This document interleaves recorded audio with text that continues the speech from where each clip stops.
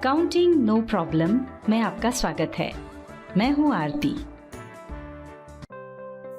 Tally Prime की इस video series के आज के अध्याय में आप जानेंगे गोल्डन रूल्स ऑफ अकाउंटिंग क्या हैं।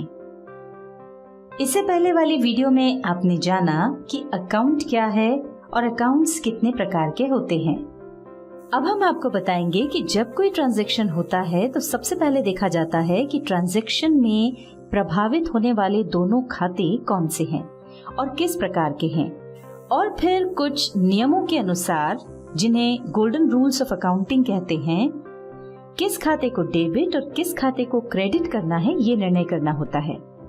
जैसा कि हमने आपको पिछली वीडियो में बताया था कि खाते 3 प्रकार के होते हैं, तो आइए पहले इन तीनों टाइप के खातों के लिए गोल्डन रूल्स ऑफ अकाउंटिंग को समझ लेते हैं।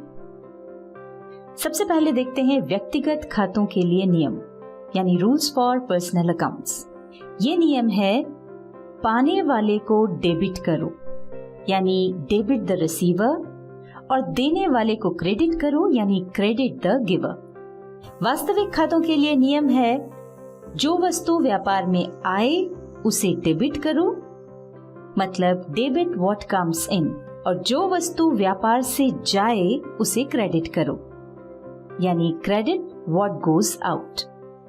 नॉमिनल अकाउंट्स यानी नाम मात्र के खातों के लिए नियम है, सभी खर्च एवं हानियों को डेबिट करो, मतलब debit all expenses and losses, और सभी आय और लाभों को क्रेडिट करो, यानी credit all incomes and gains. अभी जो हमने गोल्डन रूल्स बताए उनमें जो टर्म्स आई हैं उसमें से इनकम और एक्सपेंसेस के बारे में हम पहले ही बता चुके हैं। अब हम लॉसेस और गेन्स के बारे में बता देते हैं। सबसे पहले देखते हैं हानि यानी लॉसेस क्या होते हैं। जब व्यय या खर्च मतलब एक्सपेंसेस राजस्व यानी रेवेन्यू से अधिक होते हैं तो व्यय का आधिक्य यानी ज्यादा खर्च हानि कहलाता है, जो पूंजी में वृद्धि की बजाय कमी करता है। इसे एक उदाहरण से समझ लेते हैं। मान लीजिए हमें रेवेन्यू के रूप में 10,000 रुपए प्राप्त हुए और इस रेवेन्यू को प्राप्त करने के लिए हमने 12,000 रुपए खर्च कर दिए। इसका मतलब ये हुआ कि हमें 2,000 रुपए की हानि हुई।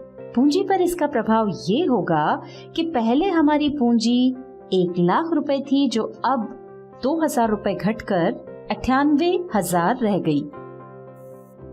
अब लाभ क्या होता है ये समझ लेते हैं। जब राजस्व यानी रेवेन्यू व्यय यानी एक्सपेंसेस से अधिक होता है तो राजस्व की ये जो अधिकता है वो लाभ कहलाती है। ये एक प्रकार की मौद्रिक प्राप्ति है जो व्यवसाय के व्यवहार के फलस्वरूप प्राप्त होती है।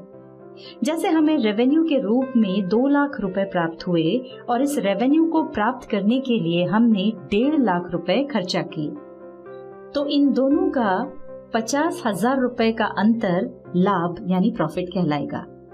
पूंजी पर इसका प्रभाव ये होगा कि पहले हमारी पूंजी 1,00,000 रुपए थी, जो अब 50,000 रुपए बढ़कर 1,50,000 रुपए हो गई है। अब देखते हैं आमदनी यानी गेन्स क्या होते हैं।